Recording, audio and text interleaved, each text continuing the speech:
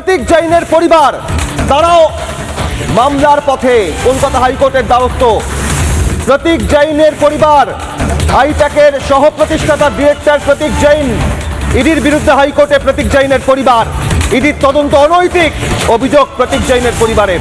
ইডির তল্লাশি রুখতে হাইকোর্টে মামলা, বিচারপতি শুক্লা ঘোষের এজলাসে মামলা। আজ মামলার জরুরি ভিত্তিতে শুনানি।